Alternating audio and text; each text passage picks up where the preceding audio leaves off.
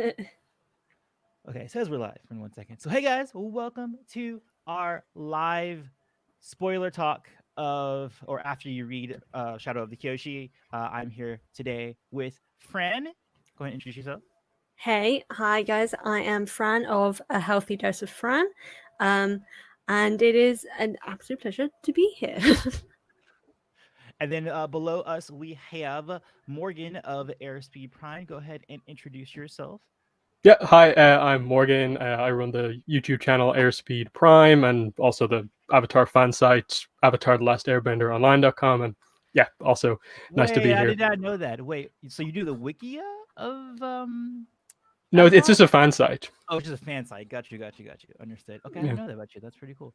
And of course, my name is Antoine. If you guys don't know me, I run this channel, and for the past few months, I've been doing Avatar, but I've been doing several other things before. But you guys know that I was hurt by Star Wars, so I'm definitely full dive into Avatar right now. Hello to everybody in the chat so far. So we got Matthew, Arjun, TB, Blue Boy Craft, Katara. Ooh, nice guitar.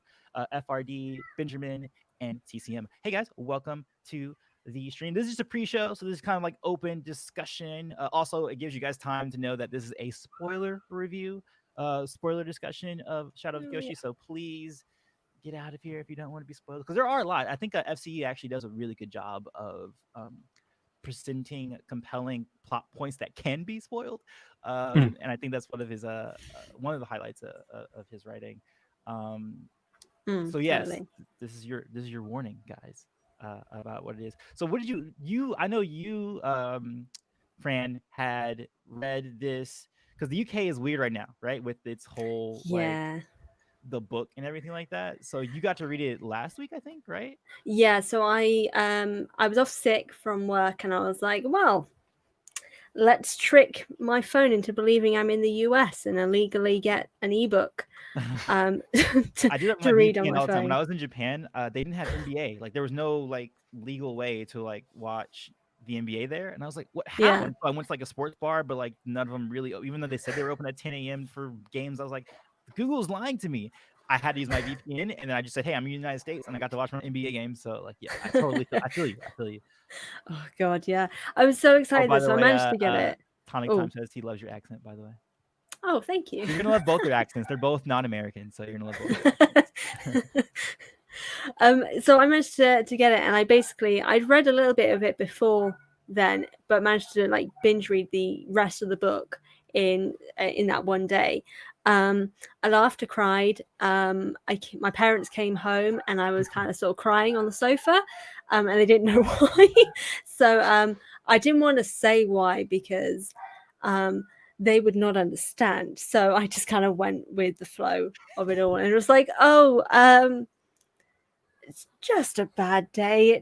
Don't worry, I'll go upstairs. It's fine. Are And they then not? just Do they not? continue. Have they not been in your room? Do they not know that you're into like? Look at you have like the water bending scroll. Is actually the water bending scroll from the water bending scroll? It is, yeah. So I've got all of the bending scrolls. I've got water, earth, fire, and air all on my wall. And yeah, they do know that I am an avid fan. Uh huh. Um, but they don't see it to the level of literal sobbing Mm. over things because most of the time I make sure to, if I know I'm going to get emotional, I'll wait until it's quite late, and then I'll cry whilst I'm watching or reading.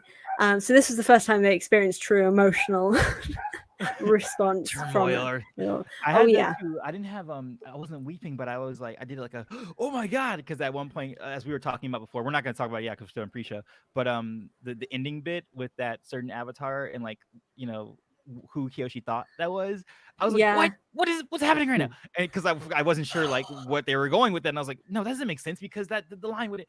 But anyway, so my girlfriend like walks into the room and goes like, oh, did you get into a good part of the book? I was like, possibly, yes. You know. Maury, what about you? I think you got the book like way before all of us because it was on Barnes and Nobles early or something like that. I pre-ordered it on a website called Book Depository, so it arrived I think 4 days early for me. Which was good because obviously the book is not particularly available in the UK or Ireland. Like Fran just said, you have to go through like a lot of steps to get it the ebook. It's the same with the audiobook pretty much as well. So if I didn't order it online, I probably wasn't going to get the book. But yeah, I got it like 4 days early, read it in like, I think 4 hours straight pretty much, and then immediately started reading it again. Just all the details were great to me.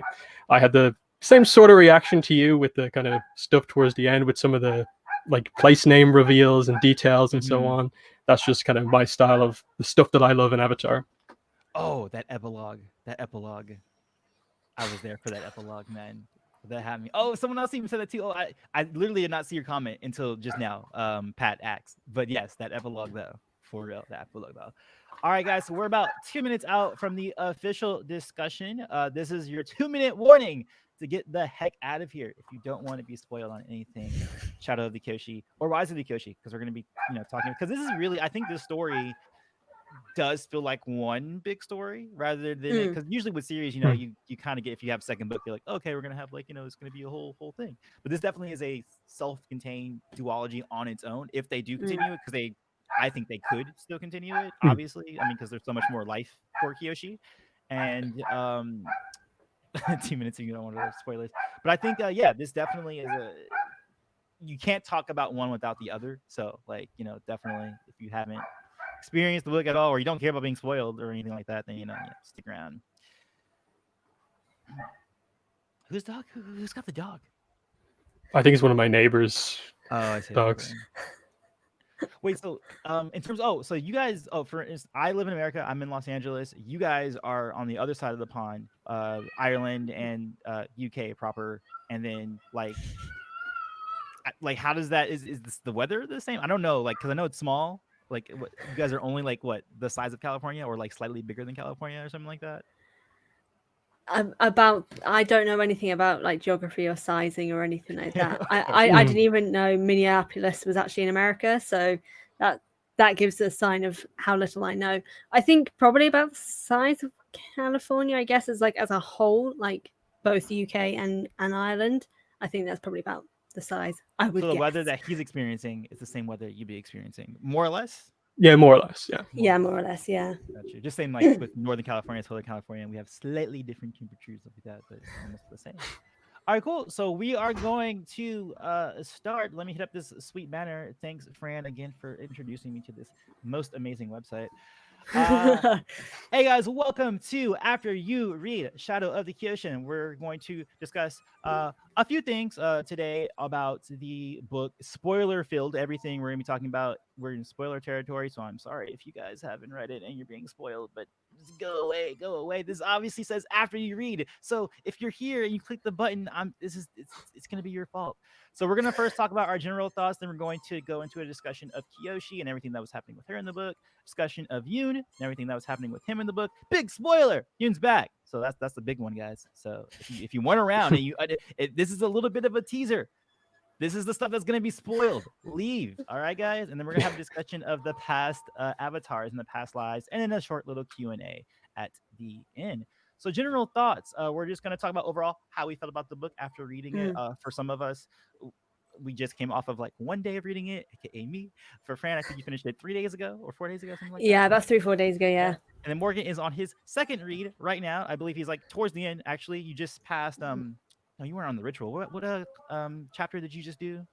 I put out the video for chapter 19, I think. Okay, just earlier. So yeah, you're pretty much like more than halfway through on your second read through. Unless, do you read it all the way through and then you make your videos, or do you do it step by step? I suppose if you added up everything, I've probably like looked at every chapter like 3 or 4 times, but only like twice, like straight through. Okay, got you. All right, let's start off with you. What were your general overall thoughts of Shadow of the Kyoshi?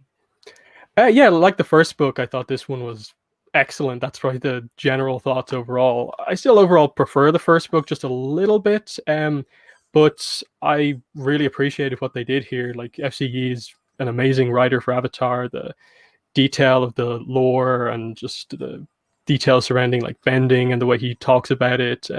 He can do characters well, and just everything I want from Avatar kind of comes out of these books. And it's only our second Avatar novel, so they still feel very new and different. So yeah, this one was good. slight issues with just the ending with regards to kind of what we talked about a little bit in the pre-show, that there's absolutely room to continue, and we don't know yet if that is actually going to be the case or not. So she still has like 190 plus years of life left, right. and we don't know anything about it, that sort of thing. Awesome. Fran, how about you? What are your general thoughts after reading it?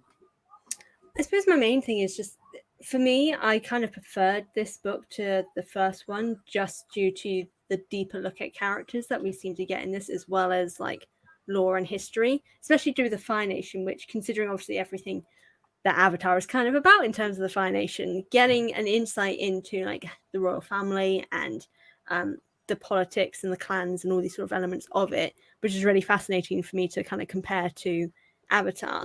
But it was mainly the character sort of studies, in a sense, that they have of Kyoshi, Rangi, and Yun in particular, that I loved so much. Kyoshi and Rangi more because I'm such a useless gay. I was gonna say, yeah, we should probably introduce ourselves. I didn't even think to do that. I mean, we did kind of in the pre-show, but we should reintroduce ourselves, who we are, our backgrounds, that sort of thing too. Sorry, yes, that's a big thing probably that you guys should know about Fran in terms of this book. Is that she is queer, so like that's a huge component of this book. And has been for Avatar for like I feel like the past 5 years since they were allowed to do the Korosami stuff that they've been building up on that as they've gone. Sorry, continue with your general thoughts. I just forgot that we didn't introduce ourselves. No worries. Admittedly, if the tank top and the tattoos can like give a sign, I don't know what could. But admittedly, I actually have a Kyoshi tattoo as one of her fans here as well. Yeah, and a Korosami tattoo somewhere on one side. What does Korosami look like in tattoo form? So it is the water. It's so bad because you can't really see it. It's the water sign and the Sato Industries sort of gear sign kind of combined together. Yeah. That's what's up. But that was definitely sort of a highlight for me, just because obviously everything with Korosami as well, and not having that depth to be able to explore, but to see it with Kyoshi and Rangi and like the messiness of the relationship and their character dynamics with each other, I think was something that was a big draw for me as a queer person, but also as a reader in general. Just seeing their two different perspectives sort of clash, but them still kind of understanding each other was definitely something I loved. Yeah, piggybacking off of that, someone who is totally a cisgendered male, like I had no issues with the relationship, and I was actually I actually had some critiques about it in the beginning because I felt like it was a little bit insta love, and they kind of just got together really quickly. But in this one, I felt like it was a lot like the sequence I shared with you with the whole Rangi being extremely mad at Kyoshi, and then coming back in with noodles like, you haven't eaten in a day. Like I was like, this is like I love her and I love the relationship. So I felt like this book did a lot in terms of that. And in terms of comparing the two, at first, my knee jerk was to be, because even yesterday when I made my review, I was like, yeah, I liked the first one a little bit better. But then now, sitting with it for like a day, I'm realizing that I think that I can't really separate the two, as I was mentioning before, that they are so intertwined. It's more like Kill Bill Volume 1, Kill Bill Volume 2 kind of situation, where it's like, yeah, Quentin Tarantino meant to make that like one big movie, but obviously, movie industry can't like put out a 5-hour movie. I feel like this is a similar sort of thing where, yeah, it's definitely a two-parter and it's definitely two distinct parts, but they're both part of a whole, not in the same way that, some of the Avatar episodes are kind of like serialized where you can kind of not always watch episode to episode and still understand it. This one is a very much a continuation kind of situation. And yes, everything about it, or about almost everything I loved about it in terms of the world building. FCE's writing, I thought, was really great, and how he spends his time building out the world and just talking about it and just being inside of it and living in it. Though I did have some critique about some of the prose being kind of hard to follow, particularly some of the action beats. And sometimes I feel like he got a little too flowery with his language. And I'm just like, hey, can we just like tell the story and not like, try to make everything a metaphor and everything like that. But apparently that is a trope, or not a trope, or maybe a cultural thing for Asian literature. Like I just reread Geisha, Memoirs of a Geisha, maybe 3 weeks ago or something like that. And yeah, there was like metaphor, like throughout the, she always kept saying blah, blah, blah, like blah, blah, blah, or like this is as this. And I was like, why is this in every sentence? And I was like, and then someone, I think either a reviewer or someone had told me like, oh, that's actually a very like Japanese Asian thing, is to like, have metaphors and stuff like that. So I was like, so maybe it's just me not being used to that kind of a thing. But for me, I felt like it kind of hurt me in terms of the pacing. But overall, what I especially loved was Karuk and how that was explained, because everybody kind of just like waves him off and then how that's juxtaposed with Yang Chen, and like how every avatar affects the other avatar, like all of that stuff. I feel like was so good. Even Yoon's struggle, and at first I think when Yoon first showed up on the scene, I was like, this isn't the same kid that I remember in like the first book. Why is he being? And even I was with Kyoshi, like, oh, maybe it is this, Father Glowworm who's like, messing with his mind or whatever. But then realizing, it's actually him doing it. I thought that was like, that hit me kind of hard. And I also, when I really thought about it, and we saw more of his flashbacks, like when he first came out of the mountain and like went to the town, and they were talking about him, and no, they weren't giving him any water. I was like, oh man, okay, I get it. People are totally turning against you, and you've been living your whole life being put up on this pedestal as like, being the avatar, being like this great being, and this force that they all have to go through, and then now you're like being treated like dirt, or like, your own mentor threw you aside to an ancient spirit. I would get it. Yeah, you would be pretty pissed off, and you would go to that dark place, and want to get revenge on everyone else. So actually, while we're doing that, let me go ahead and switch over, and we'll go from our general stuff to a discussion of Kyoshi herself. Morgan, what did you think about Kyoshi in this novel, and all of the characters who connected with her, for talking about like the Fire Nation and Jean Pa, who I loved. What do you think of Kyoshi? Yeah, she was interesting in this book. Like the first book, I suppose, primarily covered the idea of how she will get to the point where she's willing to take out the people that she needs to take out, and this book sort of extended off of that, and is like, can she take out someone who's close to her? That was the kind of her dealing with the Yuan plot and being like almost lying to herself about, no, he's still good, I can get him back, but having to accept in the end that she can't, and she just has to face him. And then on the other side of things, dealing with her and politics was kind of what they, I suppose, marketed the book primarily on, being in the Fire Nation and so on. And that was interesting too, because we always sort of knew she wasn't particularly amazing politically. She was just your storm into the Earth King and create a compromise there and then. That's basically a threat. And I think they did that quite well, of showing her making a mistake in politics and realizing that, oh, okay, I should never go against my Dao Fei oaths again. I'll never ally myself so closely with a leader again. No, I agree with what you're saying there as well. It's so interesting to kind of get that sort of insight to what we know of her, as everyone describes her, the kill first, ask questions later sort of avatar. Didn't start that way. Oh yeah. And seeing that side of her in terms of what you said, Morgan, with her interactions with politics, and kind of realizing it's not in her best interest to really get too involved with them, because from what she's had experience-wise, it always leads to some form of disaster, whether or not it was her misplaced judgment or the fact that the person ends up just thriving on some kind of power. Like, there is a corruptible force within political landscapes in general. It was definitely so interesting. What is that quote from Mr. Miyagi? What was it? Left. Oh, okay. I don't know if you guys remember Karate Kid. It's like from the 80s. It was before I was born, but like this movie, Mr. Miyagi, he's pretty iconic. He talks about with Daniel LaRusso, who's his prodigy or whatever.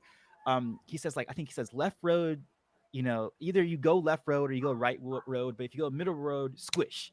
And that's like a lot of what Kyoshi's dealing with, is like not knowing, kind of like very Zuko, like, I don't know which side to choose or what to go with. Yeah. And then if you do that, you get even more, kind of messed up, and you're trying to decide that. And I love how almost all of her decisions are swung on that, like especially the huge Heron, scene where it's like, go chase after for freaking Yoon. I don't care if I'm dying, like go after him, kind of thing. And her not being able to choose, and that kind of dynamic I thought like was really good. But sorry, I think I cut off half of your thought there, Fran. Oh no, don't worry.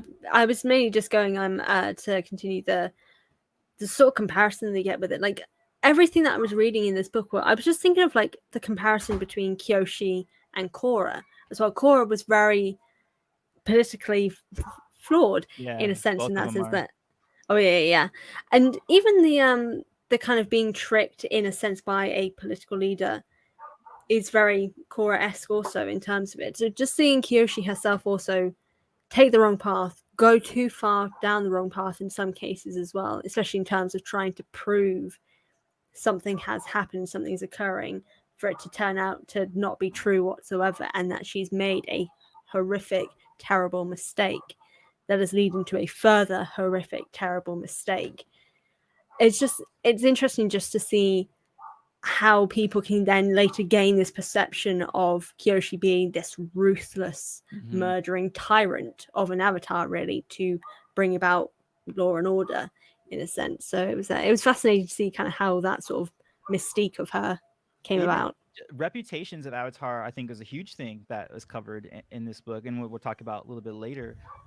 In particular, we have the reputation of Karuk and who he was and what he was doing, and then you have this reputation of Yang Chen and like getting a new insight about what that was. But for Kyoshi, I love this last line from Lauga at the end of the book, and it totally encapsulates, I think, what freaking Kyoshi is. It goes, "My friend is not a diplomat. She is the failure of diplomacy. She is the breakdown of negotiations. There is no escalation of hostilities beyond her."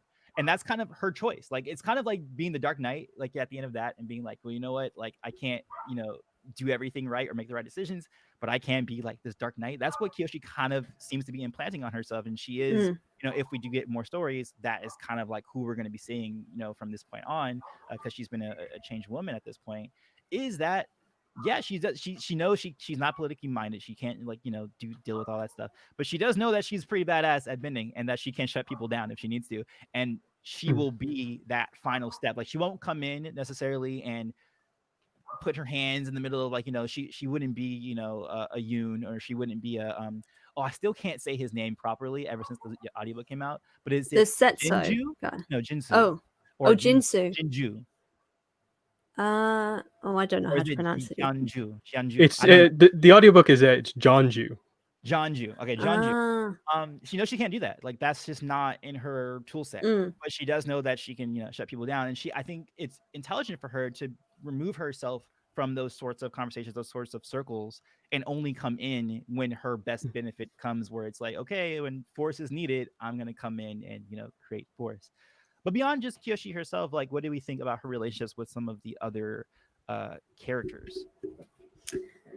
Morgan, do you want to go first? I suppose I'll go for kind of a minor one first, but I thought it was interesting because I just recently did this as a video, and for that chapter is Kyoshi and Lady Huazo, and they sort of point out the idea of what if Huazo had actually become the Fire Lady, and she sort of points out the Avatar and the Fire Lady, that she could have been an amazing political teacher for her, and Kyoshi would be going down a very different path if things had happened differently and Fire Nation politics hadn't ruined Huazo's relationship with Cheryu and so on. Just that her flying on Peng Peng, and then she's taking her back to the they're having the conversation back and forth. It's an interesting scene because like they just get across how annoying she is, but also Kyoshi really wants to listen to the whole backstory about what happened to her, and you realize that this is the negatives of Fire Nation court politics, that it's arranged marriages based on clans and stuff like that. But I like that in a book that like it pointed out to Kyoshi an avatar who was amazing politically in Zito, the fire avatar before Roku, and then she's nothing like him, and she's nothing like a spiritual expert like Huazo. It's just nice to show what the exact thing that Kyoshi doesn't have. Yeah. No, I agree. I think for me, other than obviously Kyoshi and Rangi, I think the relationship that kind of stood out to me was her relationship with Heiran. Because obviously in the first book, she doesn't really have any form of relationship with Heiran, other than seeing her as the mother of Rangi, the girl that she has a sort of crush on, and being sort of the military might that she is in general, or the strict might in general.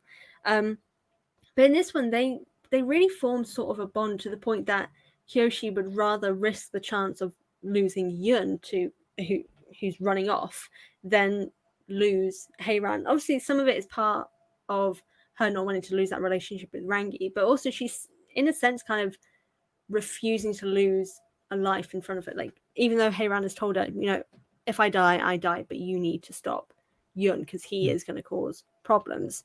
But seeing the fact that Kyoshi so desperately doesn't want anyone to lose their life, and Heiran is sort of the embodiment of it, and even their sort of mother-daughter relationship that they have later on with the whole Rangi losing her mind at Kyoshi, and then obviously the whole noodle scene, and there's Heiran literally writing on the chalkboard, kind of Oh, the getting her to chalkboard I calm thought down. was so cool. I thought that was a That cool was moment. literally Yeah. the sweetest moment, and Mm. it very much gave this idea of like a mother trying to calm down her child, like, oh, relationship problems, tell me about it, Kyoshi, and just kind of like, she'll be fine, calm down, and all these sort of things, and kind of having this sort of interaction with her like a mother would as well, which is Yeah. obviously something Kyoshi's never experienced herself, because she's never really she's had a without it. mother. Yeah. I think Keiran even considers Kyoshi a daughter by the end as well, doesn't she? Like, Yeah, she says her... they're family now. Is what. Yeah, she Yeah. says, "My daughter loves you, so in a So, way, you're a family yeah. now as well." Yeah. I actually wonder about that because I mean we do know. I feel like do we know that Kyoshi had a daughter or granddaughter via an Avatar extra, or I forget what the source of that information comes from. I think it was Avatar extras. They mentioned that she Yeah. has a Which is daughter. spotty, right? Because are those Yeah. considered canon, or are those kind of like quasi in between? Because some things have been They're made like canon, and then they're like canon until contradicted. Like okay. one of the Avatar extras says that Combustion Man was like a firebending like military project, which isn't the case. So some of them are like blatantly wrong. Some of them are true, and that's where the Kyoshi's 230 years is like kind of confirmed to us Right. properly. And then yeah, they say she has a daughter named Coco, who the girl Coco in episode 4 is named after her. Right, exactly. Okay. Because if that's the case, that means I don't know what that means for the future, or maybe it was something like an open thing. Maybe she wanted a child, and maybe they both are still together. Like I think it's still opportunities. I think some people are automatically going to like oh well, they're obviously not in game, or they're not going to stay together. But there are, and I would love to see that actually, because again, I discussed this on my channel, but Avatar is really good at bringing up these modern topics and these modern sort of notions of relationships and all that kind of stuff. I think that would be a beautiful way of saying, like, yes, they can still be together, but then have children, biological children, and that sort of thing. So that totally could be a possible storyline in the future that I think would be kind of dope. But for me, I think the relationship that was a highlight for me was her relationship with Jingpa, because she's totally being Batman at the beginning of this, and he's totally playing as her Alfred, basically. But also he's just really cool. Because one of my critiques of the first book is that I did not fully get invested, I feel like, in her Team Avatar. Even when they showed up at the end, I kind of was like, oh yeah, but I don't really care about, like, especially when they're being put in danger. I'm like, I haven't seen you guys the entire book, and like even you say like, no, we haven't really been on talking terms. So like, am I really supposed to care? So like when they were removed from the fight, I'm like, okay, cool. Now we can get into the people we care about, which is like Yoon and then Rangi and all that kind of stuff. But yeah, I really enjoyed the relationships that were cultivated in this one in particular. The deepening of her relationship with Rangi I thought was awesome, and then even just seeing the things that Jingpa and her like quipping about and stuff like that, I thought that was really good. And him basically being a stable a foundation for her to kind of fall back on, like a moral foundation for her to fall back on. And also he's totally talking about the White Lotus, right? When he kept talking about Paicho Secret Society, right? That's okay. All right. Was it officially established at this point, or was it not established until? Because I thought it already, or did it always come in and out of history? Is it that kind of like society situation? Yeah, I always took it that it was kind of very old. Yeah, so I thought it would have been predating, but it seems like now it's like, or unless he can't talk about the White Lotus, and that's why he always talks about it, just secret Paicho Society kind of a thing. Yeah, because like it was always implied that Gyatso was maybe part of it as well. Okay, so yeah, it has to be old. It has to be old. Yeah, I think they also dated back to the philosophical topics of what is his name? The guy that Laogay talks about, Shokan and Guru Lahima.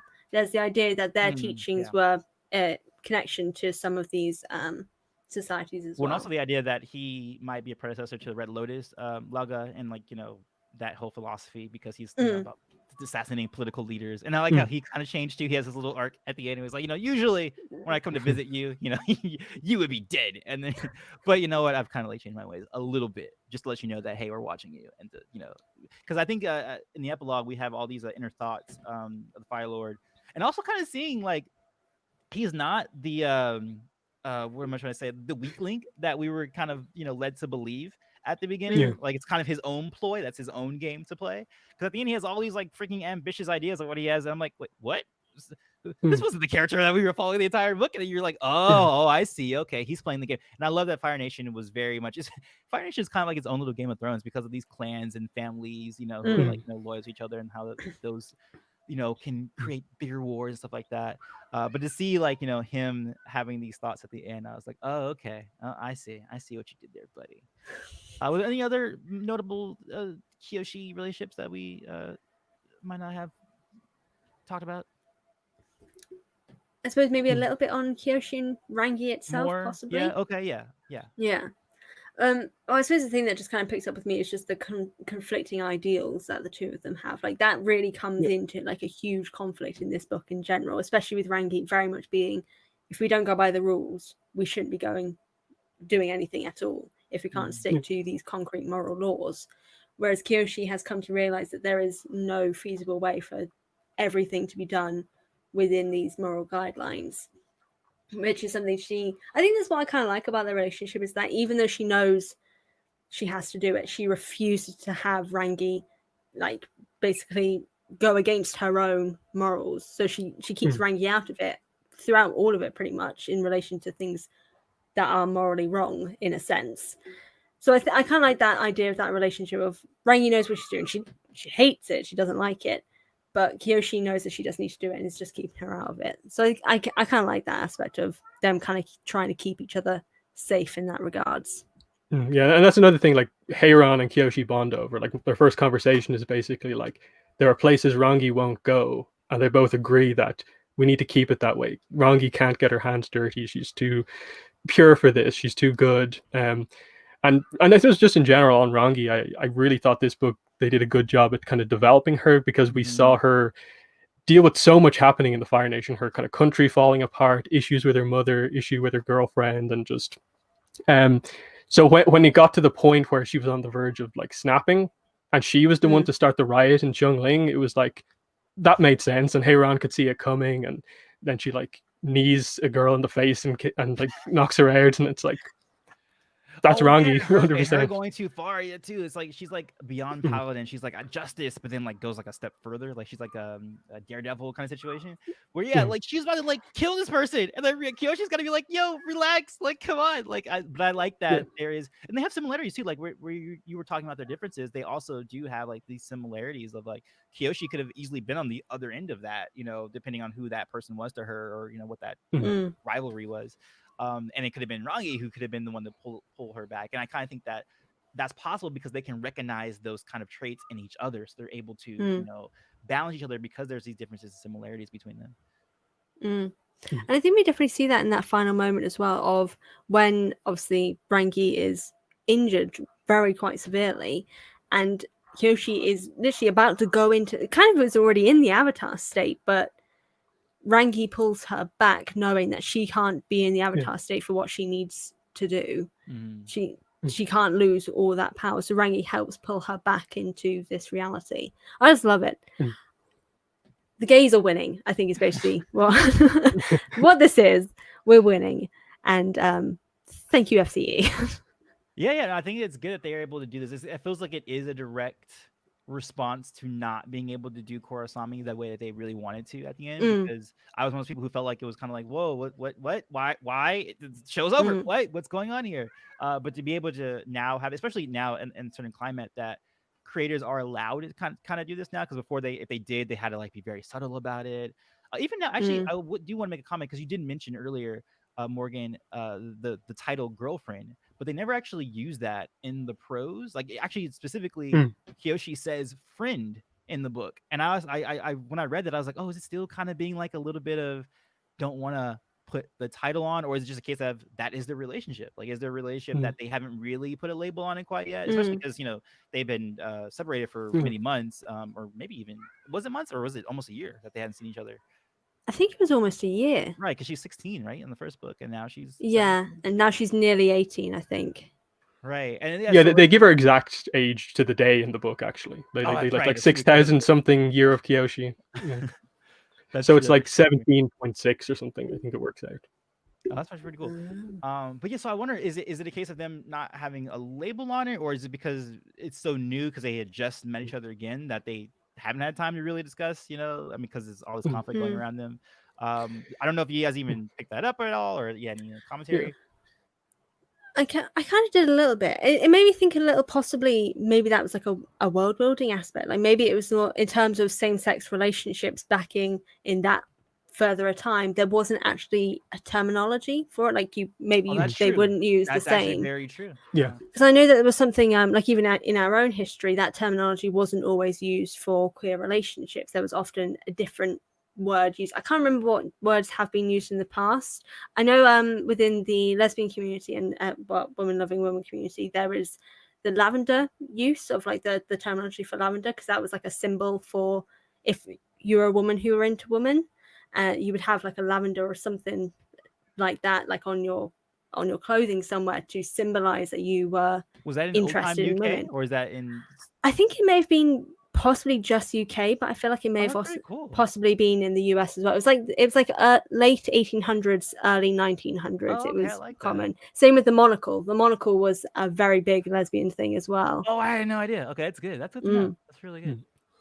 Yeah, and then I suppose the other one is just that I think Rangi fairly early after they reunite does say that like we can't really show affection between each that's other true. in Fire Nation court because it's like not the right thing to do, And basically. just culture in general. Oh, and then having that come back again because when they get to Northern Chun-Li, like someone's like playing around with Hiran's like cut hair, and they're like, "Whoa! Like, where do you like? That's a huge like cultural faux pas. What do you like?" So I thought that was cool. And he does a really good job of setting up something that seems like just like detour world building that actually like has something like even like when we first get to Fire Nation and we see the halls of the avatars, and you're like, oh, okay, like the Fire Lords are on one side, which is the ones that we've seen from the TV show. But on the other side, there's like, supposed to be all these avatars.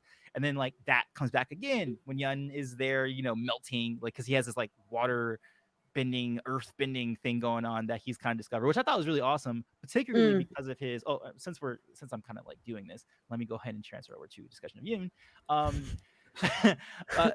think that's actually kind of awesome because of the flashback he had where the guy in the tavern was like, oh, well, if you're the avatar, like here's a pot of water, go ahead and drink yourself.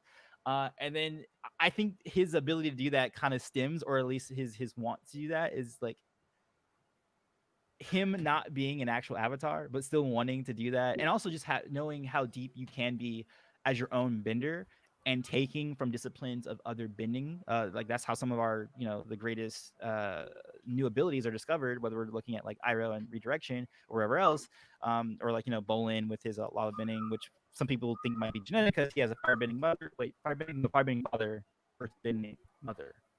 Is that how Bolin's parent? Firebending mother, earthbending father. Got it. Yes. But yeah, you don't get this unless you are looking at the other disciplines and you're kind of integrating them. And I felt like that's huge motivation for him to kind of create this, melting thing, and then having that come back to the paintings, because you spend like, a page talking about these paintings and like the different, what little pieces mean for the cultural aspect of that, or the significance of that, certain Fire Lord or avatar, and then he comes back, and I think he does that pretty well. But Yun in general, I thought, like I said before at the beginning, I was like, what, this doesn't seem like the kid that we were like, following in the first book. He seemed like he was a pretty good kid, but then like when actually putting yourself in his shoes and like thinking about what he went through, like a lifetime of being put on a pedestal, a lifetime of that, and people telling you how special you are, and not only not having that, like I think he already would have, since we see his darkness and how far he can go, he probably would have resented that if it just was a case of like, oh, well, you're not the avatar anymore. But the fact that his mentor literally sacrifices him to an ancient spirit and like casts him aside, and then when he returns, people don't care about him, just him on his own. Yeah, that turns a person evil. And I like and this is great for Avatar, I feel like, ever since Korra, is that the villains aren't motivated just by I want to dominate the world, but are wounded. Like the saying, hurt people is totally a thing that happens with this. The world creates him and has to deal with him now. And I think that commentary, or at least my reading from it, was very significant for me in terms of Yun. No, I totally agree. I think it's interesting, these sort of the comparisons that we have of Yun to actual other avatars as well. Like his interaction with the spirit is very Karuk related, especially Father Glowworm. Like Karuk wasn't ever actually able to defeat Father Glowworm, but Yun was.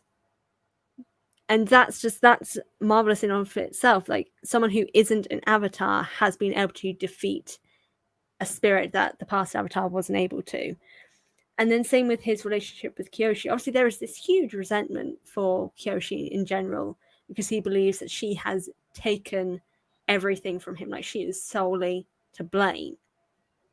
And to kind of see him, in a sense, basically deliberately going out to cause her harm by hurting everything that she cares about, and kind of trying to ruin everything that she's going to have to look after as well in future as the Avatar.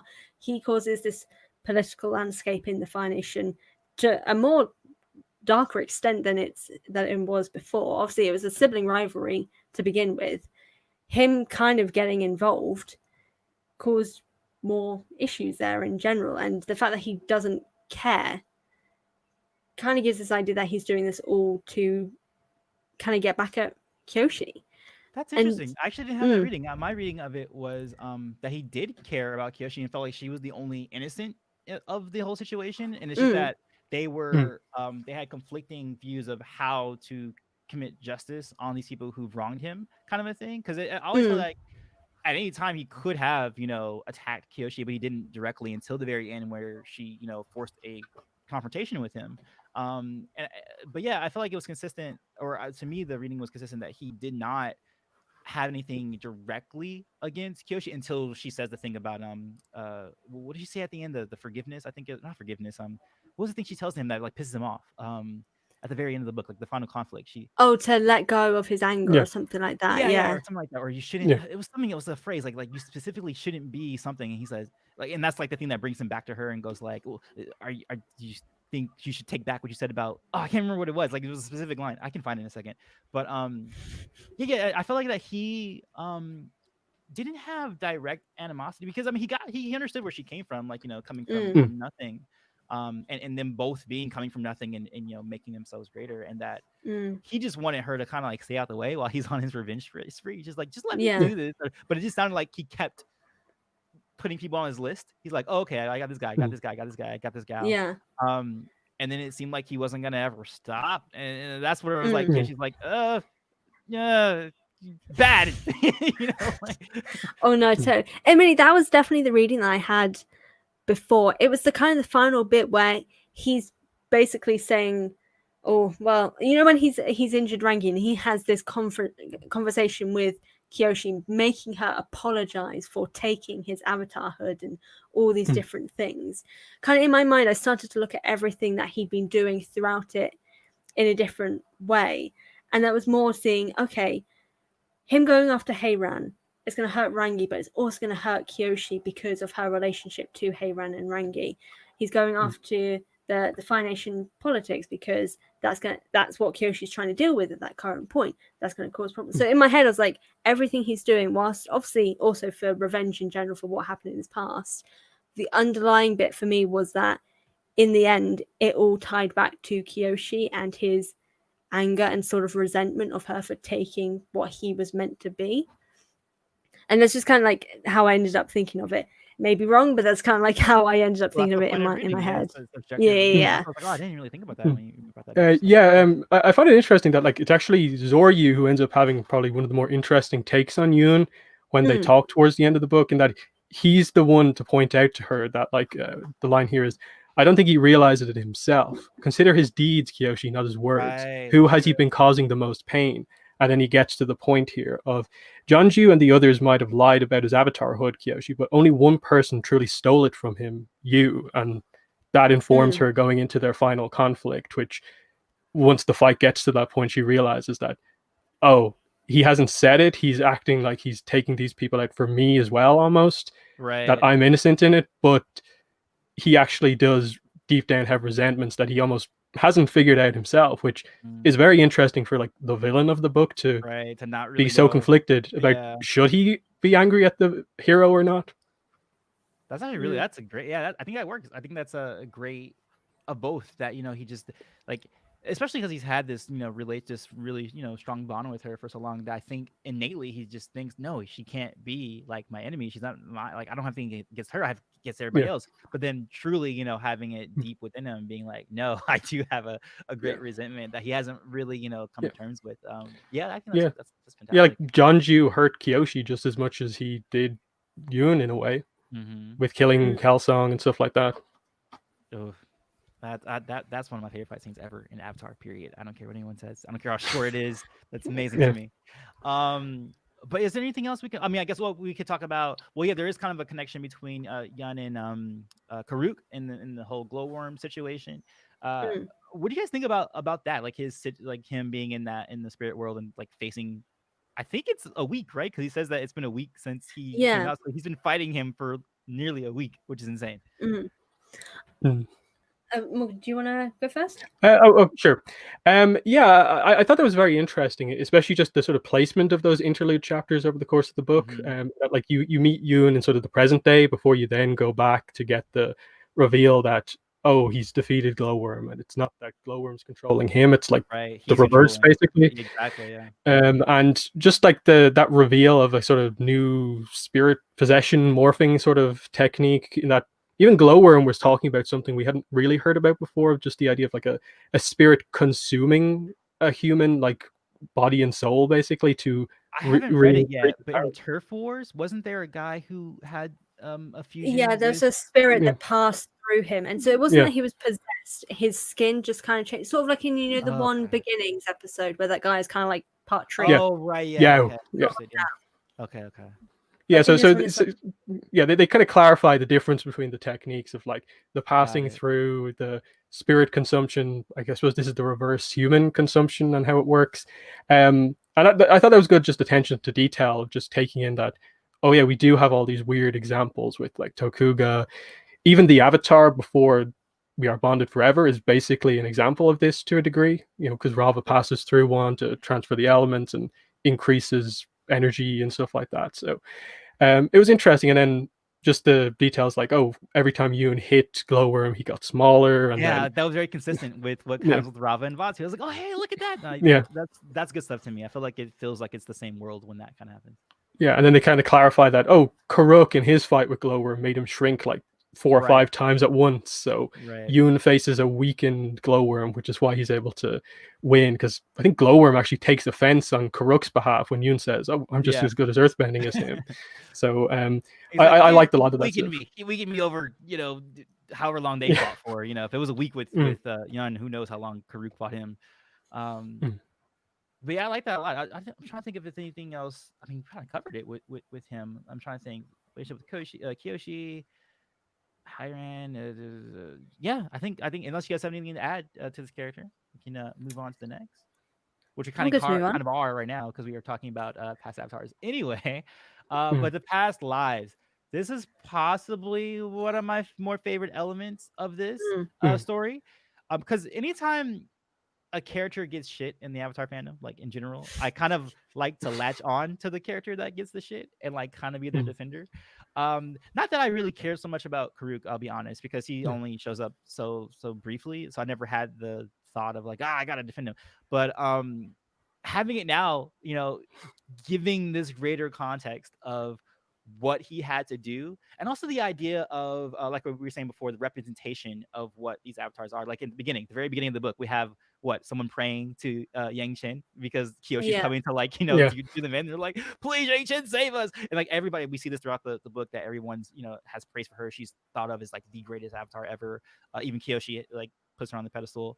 But then getting the greater context that the reason that is the case is because she sided with humans. So like while she was a success in human eyes of what she was doing, the spirits don't really care so much for her, and they grew spiteful, as we again another consistency with Korra. When we saw dark spirits, when they're angry, they become these dark entities.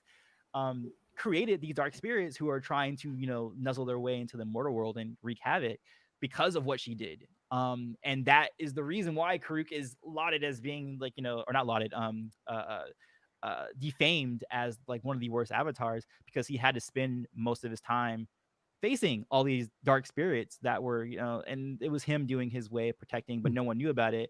in the same way that he didn't want to, you know how you were saying that Kyoshi didn't want to put Rangi in danger. He didn't want to put his team avatar in danger, so he didn't let them know about it. But then he just, you know, put himself in the alcohol. Everybody just knows him as like the partier who's had all these relationships with people. I don't know. What do you guys thought about? I thought that was my favorite element of the book, I think. Oh no, so true. I think I've come to see Karuk in a new light, definitely, because he was one that I often deflected to in the past, when people be like, Korra is the worst avatar. I'm like, have you met Karuk? but but I think that's something that you kind of learn from this book a little bit. This way, that like I did like a non-spoiler review a little while ago, and in it I kind of brought up this idea that this book, in a sense, is also talking to Avatar fans about their portrayal of past avatars. Like, everyone compares Korra to Aang and put Aang on this pedestal, when Aang made mistakes as an avatar. Like, we see it throughout the series, we get notes of it in Legend of Korra. Same thing is happening here with Kyoshi saying that Karuk is terrible and comparing him to Yang Chen because Yang Chen is on the pedestal.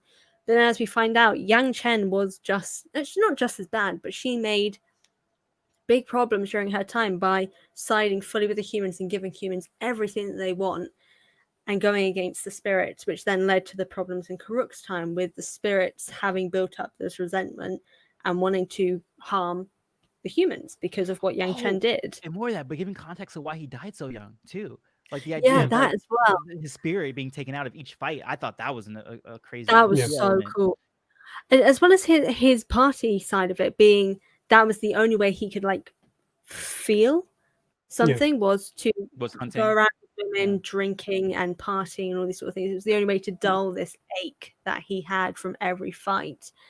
Because it wasn't the way he describes it, basically every fight that he had, he would come back to the human world and go to a party, basically. I might be overreading this, but I forget the fire sage that's taking her around when they're trying to commune with Karuk. What was his name again? Hold on. Nyahata. Yeah, I didn't know how to. I was just skipping over his name the whole time because I couldn't understand how to. Can you pronounce it one more time? Nyahata. Nihata. Like I wondered because there was the sequence in the book where, oh my god, I have to find it. Actually, keep talking because I actually have to find it for me to make sense of it. But I wondered if Karuk had a relationship with him, or if I was just reading into that too much. But keep talking. I'm gonna find that sequence right now. I think he did have a relationship with him, because I think the guy, when he's talking with Kyoshi, mentions it, that he was dealing with Karuk's spirit. Yeah. Okay, I found it right here. Okay, so it goes. His nights were spent carousing at parties and taverns, at contests of vending prowess, trying to feel as human as possible, with as many different humans as possible. He secretly hoped Nyahata. It's difficult to say. Would find a sacred text declaring the official treatment of his symptoms were to be close to life, joy, and the touch of warm bodies. But no, the hedonism of his self-prescribed healing process was his own weakness showing through nothing else. Nyahata partook in the treatment as well. So that line there, that he partook in the treatment as well, I was like, wait, are they saying like? And then also the line previous to that he, humans, not females, like specifically, makes me think all avatars are bi. Like, and that makes sense because if you have past lives and you have these different kinds of energies going through you over however many past lives you have. Yeah, that makes the most sense. Is that you be pansexual, or not necessarily pansexual, but bisexual at least. Right? Was I not reading that? That's right. I think. I saw that as well. Right? Okay. I can definitely see it. I mean, it's a sort of this idea of that he was trying to feel as human as possible with as many people and humans as possible. And just it kind of gives that idea. It's a party or sexual intimacy, it was a really interesting concept, and I kind of like that they did, in a sense, also look into addiction, like briefly. It's not really touched on, but considering we've not seen that in Avatar before, to have this idea that a past Avatar was so, in a sense, traumatized by what they were going through, that they turned to other things that ended up becoming a form of addiction, with alcohol, possibly some other things as well, and sexual activity. I think it showed an extra darker side to Avatar that we're getting. I love it. Yeah, Karuk I think is really well done in this book. I think it probably is my favorite thing in the book because, like you said, it completely changes your opinion on the character who, the fandom always viewed him as like the negligent avatar who just did his own thing, challenged people to bending. That about him too. Yeah, and I like how this book basically says that like that was on purpose. Like he specifically knew that what he faced was because of Yang Chen, but he never told anyone to keep her reputation good. That's basically what Yang Right. Chen He wanted to says. save her good graces. Yeah. Yeah, so like he just like sacrifices his own reputation basically as the avatar for other He ones. was being a Dark Knight, which is something Yeah. that Kyoshi kind of takes from him, and kind of carries on. Yeah, and then I think just how it's the first part of the kind of flashback where it's happier. I like how they just present that in a way. Oh, Karuk is actually the perfect avatar to fight all of these spirits because they get across his unique. The avatar should be a bender of 4 elements, not just Right. 4 separate elements. And he would complain with his teachers about why can't I use this style with this Exactly. element and so on. So by the time he faces these challenges, he's the perfect bender because his motto is basically like through challenge you grow. That's why he took extra training from his companions, even though he was technically, I suppose, better than them. Yeah, He that's the learned from greatest thing. I everyone. love that. I love that when there's a prodigy character, kind of like Azula. Like Azula is this great natural talent. Like she doesn't really need to train with her firebending. Yet the first time we ever see her like training with lightning bending, she's like, perfect. Or was it almost? Oh my god, this is a big line. Hair out of Almost place. perfect, and then the hair out of place, and then she says almost perfect, and then wait, what does Azula say? I think it's almost perfect isn't good enough. Yeah, there you go. Isn't it good Yeah. enough? And I love that. I love that because sometimes I don't like when I see a prodigy character who just kind of like, just goes off the whims of their talent or whatever. I like when they continue doing that and seeing that here. And also seeing the idea he's basically an illusion, or at least for me, he was to Bruce Lee. And I'm very disappointed that a lot of my newer fans, because of everybody, the Netflix stuff, don't know who Bruce Lee is. Because I ended all my videos by saying "Be water, my friends," and people were like, "What is that? Be water, my friends." Like, what are you talking about? I'm like, guys, it's Bruce Lee's most famous quote ever. Like, how do you not understand? But this is basically Bruce Lee. Bruce Lee had this same kind of conflict with his own masters in I don't know if it was Hong Kong or if it was China at the time, but forget where it was. But basically, his sifus were always like, no, you have to train this. Like this is how the kick does. But he's like, but if this discipline is more effective, and hand to hand or whatever it was, like these kicks are better in this situation, why not integrate that kick for this specific form? And like they were like, no, like every form is separate, kind of a thing. And then Krug is the same character. It's like he's being Bruce Lee, and then he's basically integrating mixed martial arts, which we see is like fully formed when we get to Korra's age and we see Republic City and all that kind of stuff. And more people integrating different disciplines and that sort of thing, which seems to be the benefit. Like I always thought that looking up to the avatar should be more than just like, hey, can you like mediate our situation, or can you defeat this person for me? They should also look to the avatar as someone to emulate in their own bending disciplines. Look at how great Yun is because he's able to go beyond just earth bending as a standard form, as like just like rooted to the ground, for him to make this like muddy kind of I can turn earth into liquid sort of like integration sort of thing. I think those sort of lessons being imparted are always so good, and I'm glad that notion was brought up in the Karuk timeline. No, I totally agree.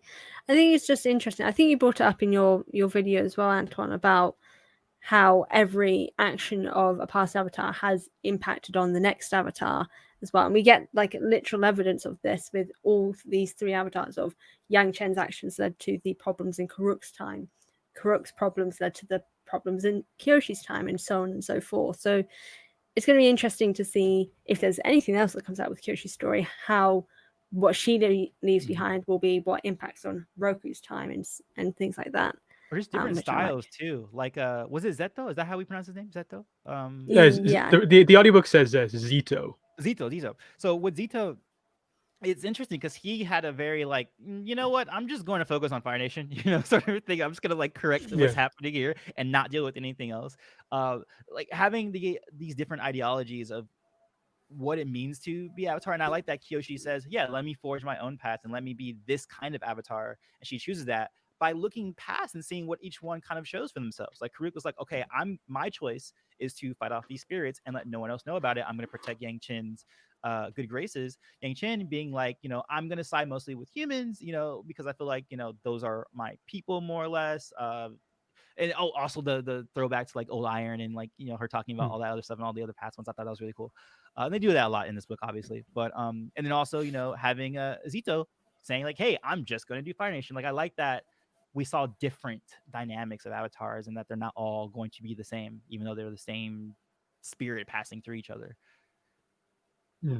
Yeah. With Zito, it's kind of funny that like he's the one who like makes all the volcanoes erupt, yet he's the bureaucrat avatar Right. who has no, they don't talk at all about his bending training or anything like that, and he's the exact opposite of everyone else, and that's just pretty funny.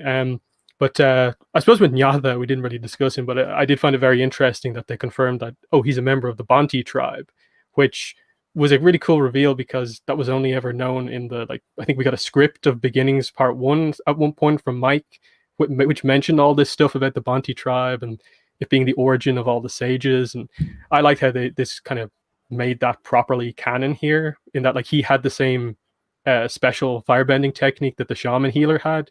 They kind of confirm it here. It's like a diagnostic technique to check energy pathways in the body. So it's kind of like a firebending healing technique almost. Oh, speaking of healing, Antoine, I thought was super dope. Like, especially because at that time, you know, we're still in the waterbending phase of like women can only heal kind of a thing, which is ridiculous. But then her teaching Kyoshi this freaking deadly technique that you can use on someone by freezing their blood. I was like, wow, this stuff like people kind of like the fandom kind of like talks about when they're like headcanon, like, you know what, the ability to you know, manipulate water, you should be able to do that. Like, you know, people talk about that sometimes, but you actually being able to see something like that, I thought was pretty cool. Yeah. Yi, I think, just does that in general with bending, full stop. Like, like how Jonju killed Kelsong. Why couldn't you just use a needle of earth and kill someone? Why can't you just earthbend someone's legs and have their momentum break their legs, which is what happens to Kirima and Wong, and so on. It's just, yeah, he does the things that they kind of can't, I suppose, do in the show or the comics. Right. Or because visually, because it's a, you know, kids, young adult series. Yeah. And did all that. Like the biggest thing we got was Pali blasting her own head off, but of course that's like off screen. You know, that's as far as we can go. God, that moment, even now, still. But yeah, this book definitely goes dark, and I think that's kind of half why I hope we get more book related content in future as well, just because of how deep it can go into it, both with its relationships and with its darker themes. Now the political themes in this, in comparison to Korra, for example, you can go so much more into it because there are, like, politics is dark, like there's no question about it. So to see this darker, it's messy too. Politics are very messy. Oh God, which is a huge commentary with the idea of the clan system. It's actually a big reason for World War I, is that everybody had these allies with each other, so that when two small countries have a feud, it's like, well, you say you will protect me, well, you say you will protect me, well, you say you have an ally with me. Like when you have that, then everybody has to, like, you know, pile on each other. War of the Roses, same thing, you know, everybody having loyalty to each other. There's an issue, and I like the idea of, you know, Zordu wants to change it so that it's like, hey, just one freaking voice, you know, like everybody just listen and stop squabbling amongst yourselves with your family names. And it kind of gives an interesting idea of like how that will later kind of work out with the Fire Nation's politics in future. Like, is it, obviously it becomes like it's still a monarchy in a sense, but the clans obviously all still have a single voice. So are they going to still have some involvement with that single voice of someone being involved? Like it kind of brings up a lot of questions, which are really interesting to kind of theorize about, of how that's going to work out and how we get from that to what we know with Sozin and Ozai Fire Nation monarchy aspect. So it brings up lots of really interesting questions and world building elements, I think. Really work for the story. I agree with you in that. I want more novels in particular. I want more Avatar stuff in general. I wanted to be what Star Wars was in the 90s, because Star Wars had gone away in 1983 or 2. I can't remember when Return of the Jedi went away. And so for like 7 years there, like kind of same period here, like 10 years, we don't really have much of new stuff. Or sorry, not 10 years, like 6. Korra was 2014, right? 6 years. 2014. Yeah. So about 6 years. So you had this like lull of like nothing happening, but then, you know, you're like, what? We have books. We're getting, like, you know, more comics. We're getting, like, you know, all this other stuff. Like I hope that this momentum can be maintained, and I want to see Avatar in the same place that Star Wars was with its expanded universe back in the 90s, and then of course the multimedia project with the original Clone Wars back in 2002. Like I want to see a lot more of that kind of thing. Where they're talking about video games, which, you know, we had some video games. We had it actually be canon. Like we had the Legend of Korra game that was between book 2 and 3, and we've had the Spirit World online game. I want to see more of that. Like keep it coming. Like, and I want this book and everything else to succeed so badly, because it feels like Avatar still is kind of niche right now. Like I don't feel like it's quite hit the zeitgeist of everyone. Like if you talk about Avatar, for instance, to someone like a casual, they usually will mention blue people. You know what I mean? Like they don't necessarily go straight to talking about like airbenders and the elemental magic. They go straight to kind of like blue people. So I really want really bad for Avatar. It's like kind of because they're right on that edge. I feel like I think they're right on the edge of like being popular zeitgeist, everybody knows about it kind of a thing, versus it just being our insular fandom. Yeah. No, I agree. I think it's interesting as well with all the fan stuff that's coming out as well. There are so many fan stories currently. Like there's Legend of Genji that's taken off like hugely at the moment to the point that people think it's. Genji?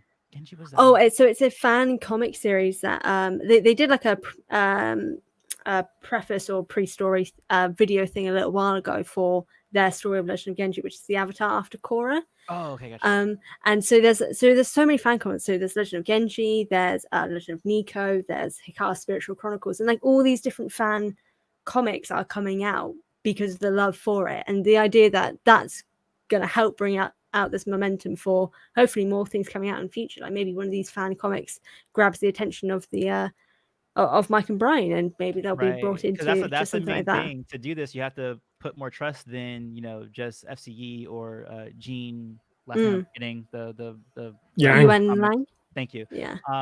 You need to reach out to more people to really set this off. And you have to kind of let go just a little bit, like George Lucas let go a little bit with expanded. I mean, well, no, I think he really was super hands off with a lot of expanded universe, and that's the reason why it was, as widespread as it was. But yeah, I want to see more Avatar.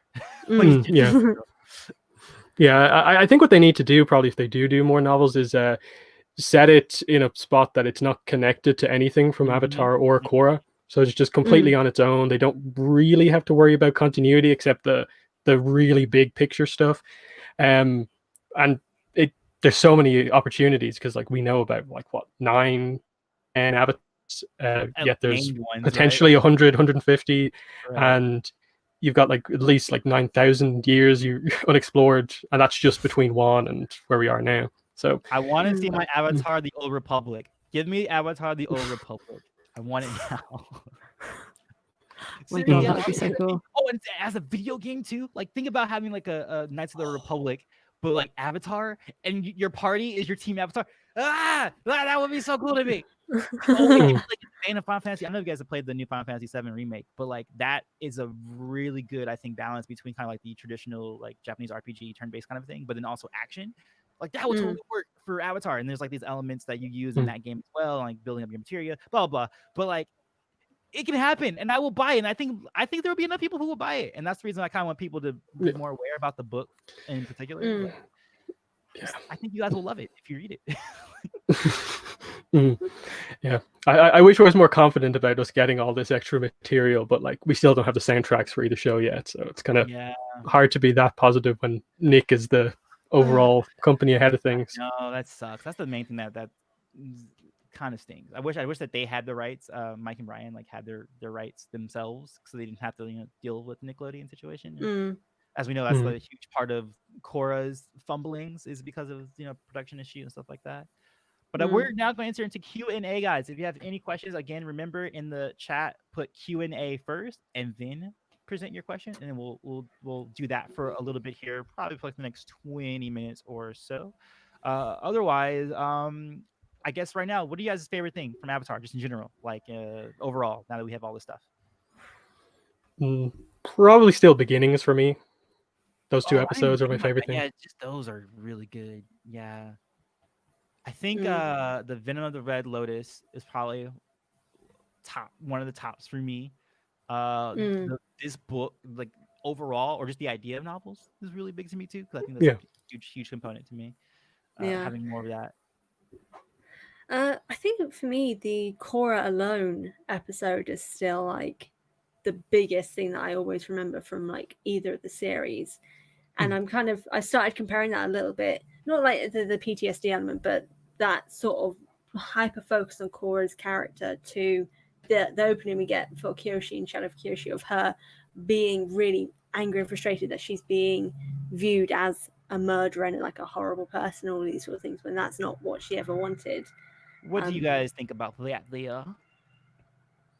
Oh, do you think Korra and Kyoshi have a lot in common?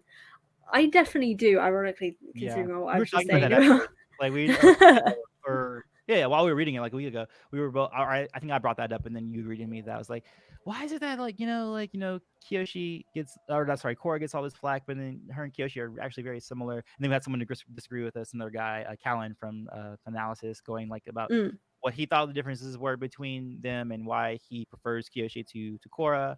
But I do agree that I think they have more in common than they have not in common. Yeah. Yeah. The main difference is probably just like Kyoshi is willing to go to extremes. Korra has tried it, but then it didn't work in when extremes meet. So other than that, yeah, they're pretty similar about like really powerful female avatars, combat focused. But at least Kyoshi's actually a lot more spiritual, I suppose, than Korra is, and she took to the Lao Ge live forever technique or whatever you want to call it. True. And where is that guy? Like, what happens to him? I mean, is he still around? And we just don't hear about him. I don't know. Where's his deal? That'd be cool. He's still living somewhere. Oh my god! Imagine if Zuko, like in one of the comics that we already had, like he visited Zuko at some point, be like, "Hey, get your shit together," like or something like that. It's like he's making a bad decision. That'd be kind of awesome. My god! If he doesn't make a cameo somewhere, I think I'm going to be disappointed. Oh yeah, so we were talking about this briefly at the beginning. This comment here about Kyoshi mistaking Yang Chen for a bit, because when I was first reading it, I was like, "Wait, what? Are they alluding that Yang Chen's her mother?" I was like, "Wait," doing all these mental gymnastics. I was like, "That doesn't work at all. Like that the timeline does not like fit." And I was like, "Oh, right," because she's never actually like interacted with her mother, and like her mother probably would be similar to Yang Chen. So I was like, "Oh, okay."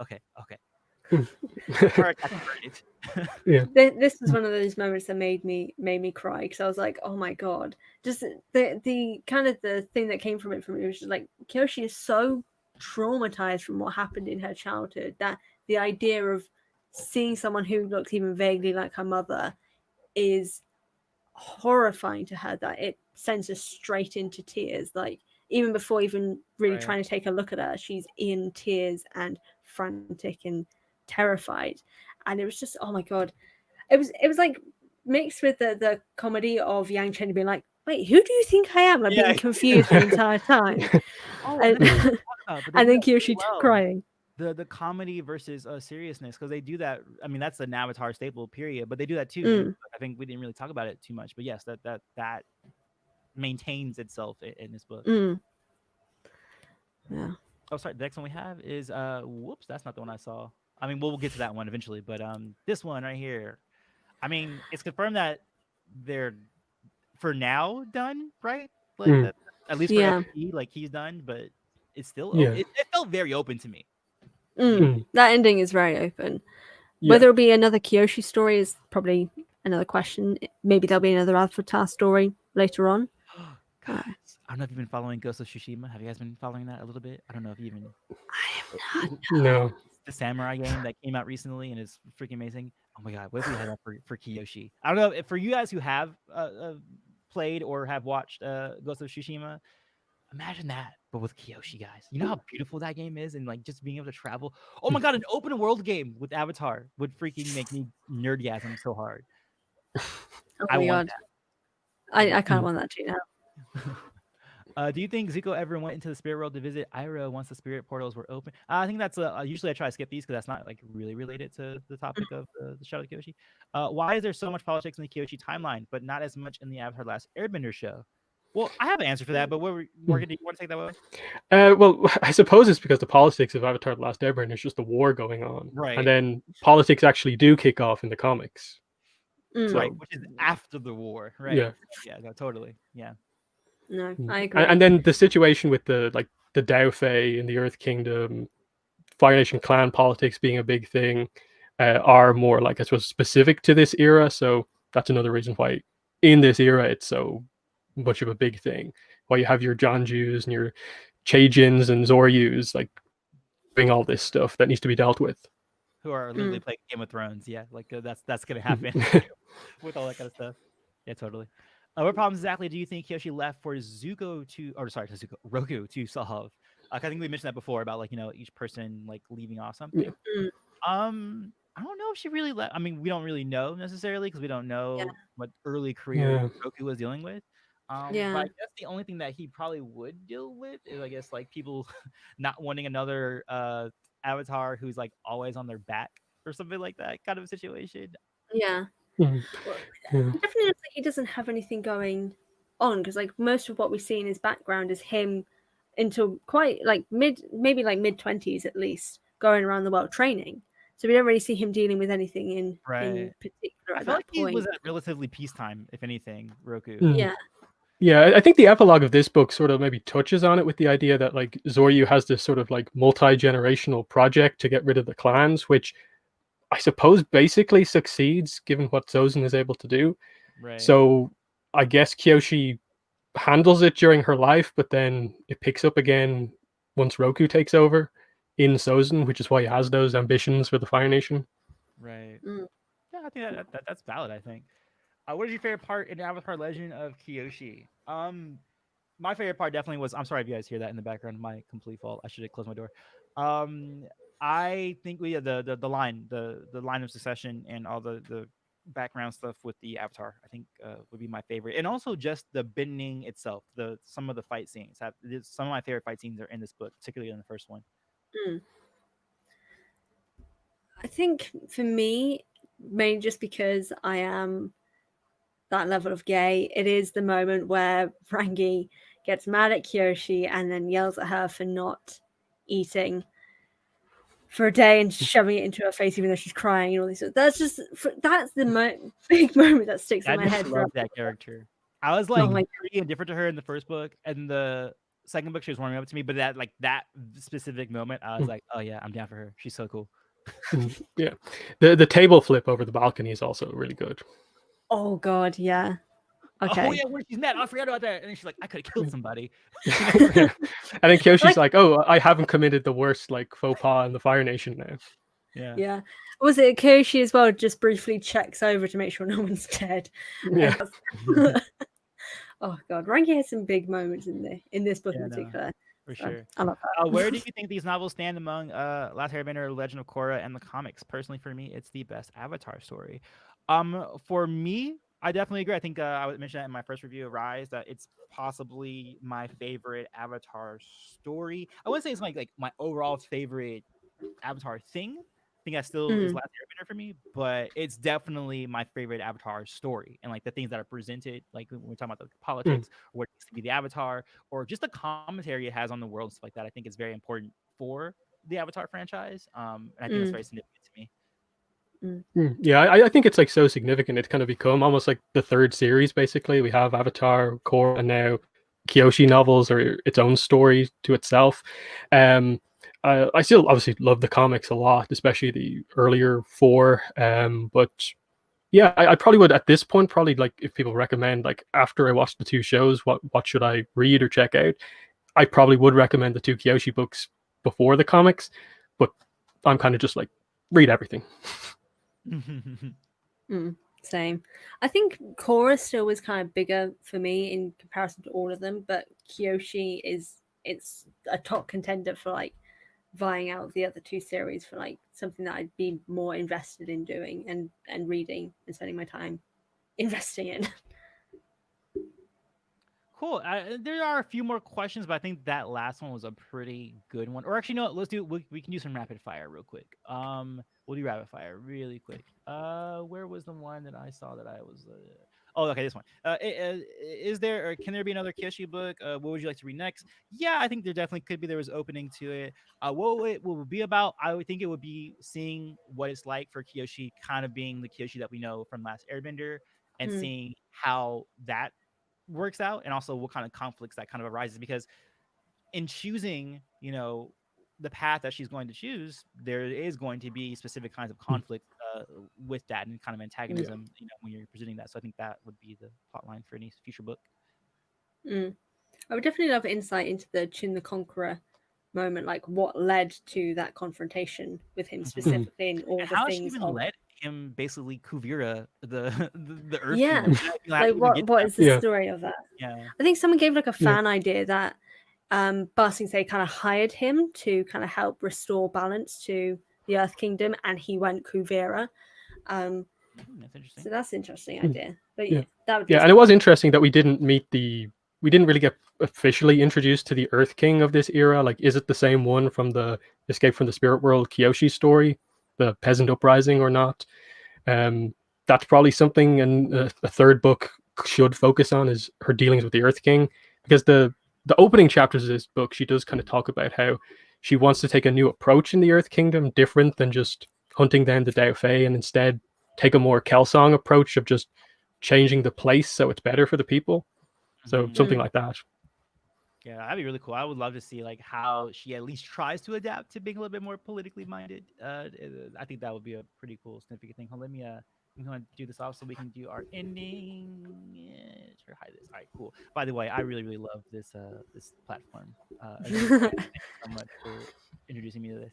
But that is it, guys. That's going to end the After You Read Shadow of the Kyoshi. Of course, you can find Morgan Airspeed Prime on his channel of the same name. He has a lot of videos. Like, he's literally, to me, I think he's the most underrated Avatar channel on YouTube. In that he is extremely deep lore with it. Like, if you want to get really deep, like the way I found you was through the explanation of cosmic core, because I think at one point I was like getting angry at people like just hand wave Korra away and that kind of thing. And then I think I was researching something else entirely. I think it was like a Google search. And then your video came up. And I was like, who is this guy? Why is he amazing? And you know what I did actually? I actually went to my YouTube channel, looked up your username because on comments, you can actually just put in someone's name. See it. And I was like, he's been on my channel before. How did I not talk to him? And stuff like that. So I was like, oh, this is amazing. Yeah, I definitely wholeheartedly recommend his channel to you guys, of course. Fran, if you are into anything Legend of Korra, if you're into Legend of Korra positivity, which is the reason why I'm so drawn to Fran, that's where you want to go, like, for sure, for that, because I feel like it needs way more positivity. Because the hate that it gets, I think it gets overblown. I definitely think it's valid that it should be critiqued, and some of his storylines were not the best, but to call it like trash, or to refer to Korra as a horror, like that kind of shit, I don't play that at all, and I love that there's a channel out there who's combating that narrative for sure. I try my best. Is there anything else you guys want to shout out before we go, or anything you guys want to talk about closing thoughts? I suppose Korra's coming back to Netflix in 2 weeks, I think. They announced that a few days ago. So I guess maybe some of the Korra negativity could come back. I think I already saw some on the announcement post. But it seems like the Netflix account is actually being quite defending Korra quite a bit from people who are kind of just all about Aang and so on. So hopefully that sees the same sort of spike in the fandom that Avatar did when it came onto Netflix again. I noticed that just on like my channel analytics, like it just spiked up the second it came back to Netflix. I was like, wait, what's happening right now? Like, oh, I'm like, you people don't own the stuff by now. Like, there's Blu-rays and there's iTunes, stuff like that. But if you were like, no, man, just Netflix. But I have to remember that that's this thing. Like, that's why Netflix is so powerful, I feel like, in today's age, because it's so accessible and so many people have a Netflix account that when something goes on there, it is a game changer for any kind of franchise or anything like that. So, anything, Fran, did you want to shout out? Anything that you want to talk about? Other than basically what you said, especially with Legend of Korra coming back onto Netflix, if anyone who is a diehard Korra fan or becomes a diehard Korra fan, because Korra is awesome, Korra positivity over on my channel. That's what. That's fine. You should call it your place. Your people should call it your place. Yeah, okay, I'll call it my place.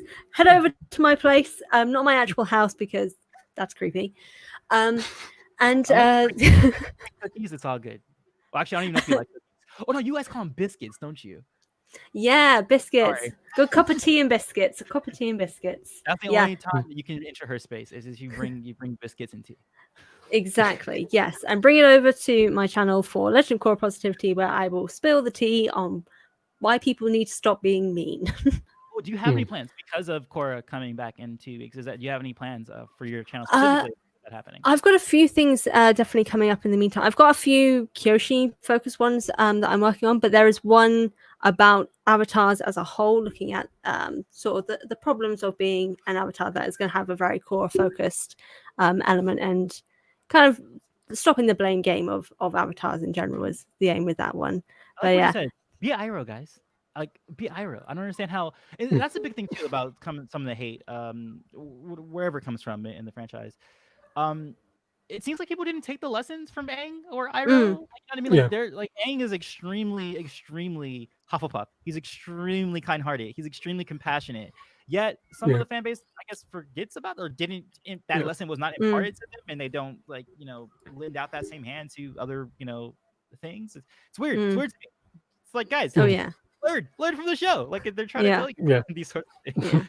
Be more Iroh. Yes, be more Iroh. And that will end off our stream. Thanks again. My name is Antoine. Fran, we'll go to you next, then we'll circle down. My name is Fran. And where can they find you? Oh, sorry, we'll say who we are and where you can find us. So I'll say it. All right. You guys, my name is Antoine. You can find me on my website, AntoineBandele.com. Or I'm on pretty much everywhere. I just linked on the name of the big social media, Ingram Spark, Instagram, Twitter, Facebook, YouTube, all that stuff. All right, guys, I am Fran, and you can find me on my channel, A Healthy Dose of Fran, and search that on pretty much every social media basis and find me there. I've got a story coming out, so maybe look that out in future. I'll put something about that soon. And yeah, check me out, and maybe support me if you want to, because I will beg. I'm not opposed. Not above it. Exactly. Yeah, and I'm Morgan. You can find me on YouTube and Twitter, I suppose, primarily as Airspeed Prime. Awesome. Thank you guys for joining us. See you guys on the next one. As always, peace, love, and remember, be water, my friends.